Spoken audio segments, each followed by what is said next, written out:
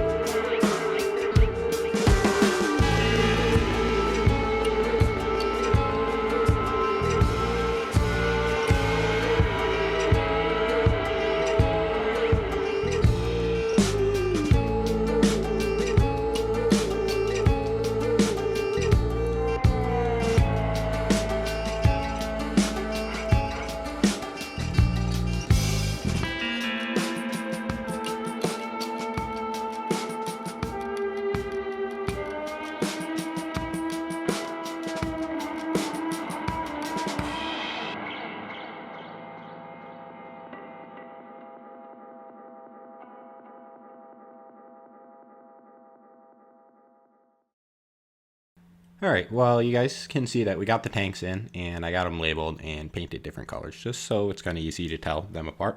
Now I got to get it plumbed up. So the plan is we are going to have multiple different lines that run from the seawater tank over to the freshwater tank. Once the freshwater tank is full, it will then plumb to the taller tank on the rear of the truck. So I'm going to do a couple desalinators just because they work pretty slow.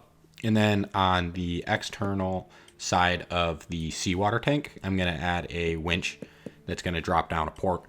And that way you will be able to kind of drop down a little vacuum port again into the sea and suck in seawater to turn into fresh water. And that way you can just on the go while you're driving through the ocean, you can refill the tanks, or if you want, you can kind of park up on land and let the winch out and then kind of bring it down towards the beach, towards the water, which I think it'll kind of work out nice that way. It kind of gives you a good amount of flexibility. And then that way you also don't really ever have to stop to get water if you need it. But yeah, so I'm just going to bring 4 of these lines. I'm going to follow the line or the walls and then bring it up on the ceiling, kind of to keep it out of the space. Make sure nobody bangs into it. And then it also just kind of looks nicer that way. So they're all running in parallel, nice and neat and organized. But we're just going to bring these all the way over, and they are higher than that door frame edge. So realistically speaking, no cargo that you can bring in here will ever bang those pipes up.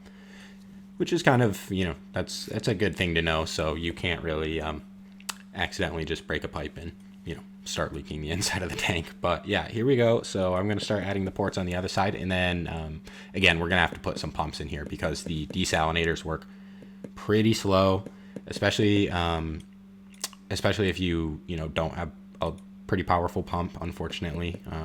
There's a couple other ways to get around it, but in my experience, I mean, that I made that hydrogen production plant, and that thing had a dumb amount of desalinators on it to consistently run some hydrolyzers. But I've messed around with them a lot. They are pretty tricky. My best advice is you just got to stick a pump on each side of them, and the other thing with that is because they work so slow and they don't flow a lot.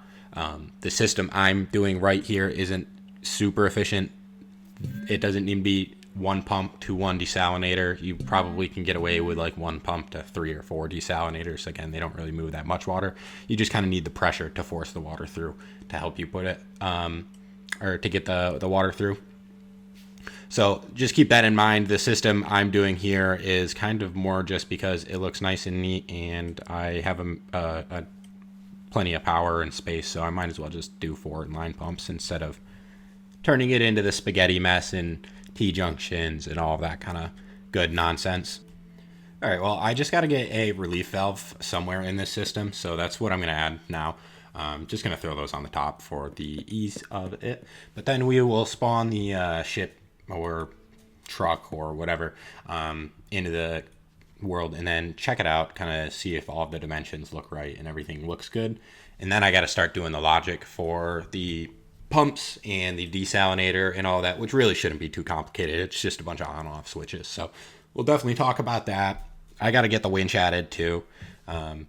Couple different little weird nuanced things about that, but we'll definitely talk about that too. We are in the world now, so I'm just gonna walk into here, and I just kind of wanted to make sure there was like enough space and everything kind of looked good. But yeah, like I said, we got to start doing the logic now, and that means I need to, first of all, to know how big the tanks are. And then I can start hooking up some threshold gates. So I got to know how big the seawater tank is, and then both the freshwater tanks, and then we can kind of accommodate where the water needs to get pumped around everywhere without having to make it too simple or too automated, I guess. More or less, I want it to just be a couple switches that you guys just turn on when you walk by the water tank, and you guys will see. But for the time being, I'm just hooking up some dials to some fluid meters, and then we're gonna have to go back into the world again, and I'll take note of the values that the tanks can store. But for now, I've just hooked up the desalinator pumps, and I want to make sure that it for some reason, I know Stormworks is weird, I just want to make sure that desalinators are working, and they should be. Yep, and that's working. and it looks like, see, 0.16. Now, with my experience in building the hydrogen plant, guys, 0.16 is going to be about where you're going to get most desalinators to run maximum water through them. So like I said, they run pretty slow. So if you're going to do something like this, usually I like to add multiple filters. On this, there's 4 desalinators. On the carrier, there's 4, I believe, also. So just kind of keep that in mind if you do add this to one of your vehicles. It's honestly, it's kind of worth adding multiple. They're not that heavy. They don't take up that much space. You can kind of just place them in line. So if you have the space for it, I advise it. But I'm going to get some labels on the outside of these tanks so you know which one is which. And then again, on the seawater side, so the other side of the ship, we're going to get a winch that will be able to drop down a hose and collect water for us. And for those who are new or don't know, you guys, if you don't know, you can pump fluids through the hoses, or winches, which is very useful. You just have to use the hoses instead of the ropes, which is pretty easy to use. You just make sure it attaches to a hose connector, not a rope connector. And then you got to pump it. So pumping through the hoses is going to take a little bit more power than pumping through a connector. So just kind of keep that in mind. I would add a large pump if you're using anything larger than a small winch. Right here, we're going to use a medium winch. This rope doesn't have to go that far. It just has to kind of be able to drop into the water, so water is easier to collect. And or the other main goal really was so you could park it on like the beach or something and then put that in the water without having the ship in the water also. So I wanted to have the dual functionality of it. I think that this is the best way to do it, and it just takes a little hose connector. That's all. And I'm going to get that placed right now. Another thing that you guys probably should know about is sometimes these things like to float. So it's really worth testing these. Typically, I would recommend you add a couple weight blocks on them unless you want them to float. The small creations in Stormworks kind of act really strange with the buoyancy. So just keep that in mind also. One thing that I didn't add to this, and I'll probably add it later if it becomes a problem, but we'll see as we test it. I don't want that to kind of dangle around and flop around and bang into the ship and stuff while you're driving. So if we need to, I can add like a rope anchor onto that and then another winch that kind of pulls it up and out of the way. But we'll kind of test that later. Again, I'm just trying to make the system work correctly for now. We can make it look a little bit better later for simplicity purposes and the purposes of the video. I'm not going to really worry about stuff like that. If it becomes a problem later as we build the creation, I'll fix it. But as the time goes right now, there is nothing like that. I think the ground clearance enough is pretty high. It kind of keeps it out of the way well enough where it doesn't really cause any damage. But finally, we are basically done with the building in this one. So I'm going to hop in this and hop into the absolute switch and function block mess that is the cockpit for this thing. And we're going to go test it out. So I made sure I emptied most of the tanks so we can refill them. And I'm going to just A-line straight to the water. And we're going to dive bomb into the water and see how that goes. There's fins all over this thing, guys, because that was when I took the clip of it flying. So don't worry about those. Those are going to go away. This thing, again, is not going to fly. That was just for the fun. But yeah, we got it running pretty good. The engine sounds pretty healthy. We're going to go straight for the water here. And I want to see if I can get this thing refilling with water. And then hopefully, once the seawater tank's full, we can start making some fresh water. But I'm just going to kind of let that thing do its thing. I'll put the trim on all the way. And look at that, our seawater is going up. And our fresh water is also going up. So it looks like we got the water system correctly sorted. And like I said, that's pretty much all we got for this episode, guys. So if you made it to the end, thank you so much. I really appreciate it. If you like this series, don't forget to hit that like and subscribe button. And I hope you all have a wonderful rest of your day.